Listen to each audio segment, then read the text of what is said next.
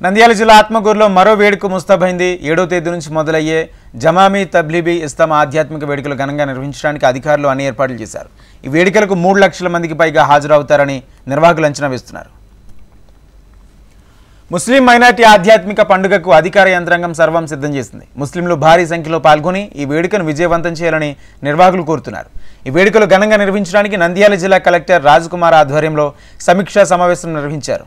మంత్రి Farooq, Nandyal SP Adiraj Singh, MLA Budda Rajasekhar రెడ్డితో పాటు ప్రభుత్వ శాఖ అధికారులు ఈ సమావేశంలో పాల్గొన్నారు.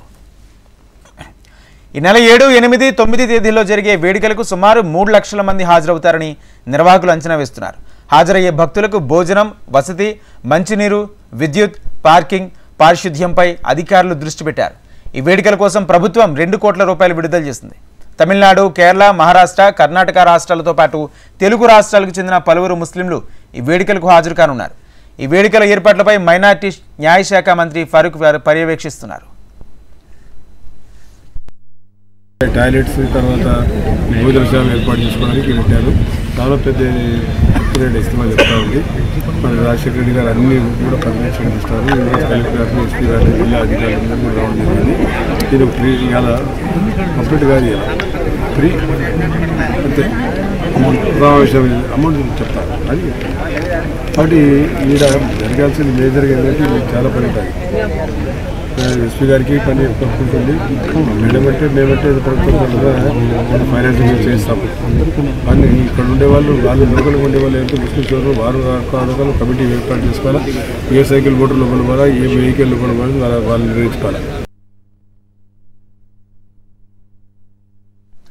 ఈ కార్యక్రమానికి ఇతర రాష్ట్రాలతో పాటు ఇతర దేశాల నుంచి కూడా భక్తులు వచ్చే అవకాశం కూడా ఉన్న నేపథ్యంలో అధికారులు ప్రత్యేక దృష్టి పెట్టారు. వేడుకలకు వచ్చే వారికి ఎలాంటి ఇబ్బంది లేకుండా ఏర్పాట్లు చేస్తున్నారు. కింది స్థాయి సిబ్బంది మాటలకు పరిమితం కాకుండా చేతల్లో పనితనం చూపించాలని ఈ సందర్భంగా కలెక్టర్ అధికారులను చురకలంటించారు. ప్లానింగ్ చాలా పర్ఫెక్ట్గా ఉండాలి. మనం 100% ప్లానింగ్ చేస్తే ఎగ్జిక్యూషన్ 50% అవుతుంది. సో 200% ప్లానింగ్ ఉంటేనే 100% ఎగ్జిక్యూషన్ మనం చేయగలం. అంటే ఆఫీసర్స్ అందరూ అలాగే కమిటీ వాళ్ళు కూడా మరింత డీటెయిల్స్లోకి ఉండదు. డే 1లో ఫస్ట్ హాఫ్ అరేంజ్మెంట్స్లో లోటుపాట్లకి చాలా హడావుడి పడిపోతాం. మనం స్టెబిలైజ్ అవ్వడానికి ఒక 4-5 గంటలు పడుతుంది. అంటే ఒక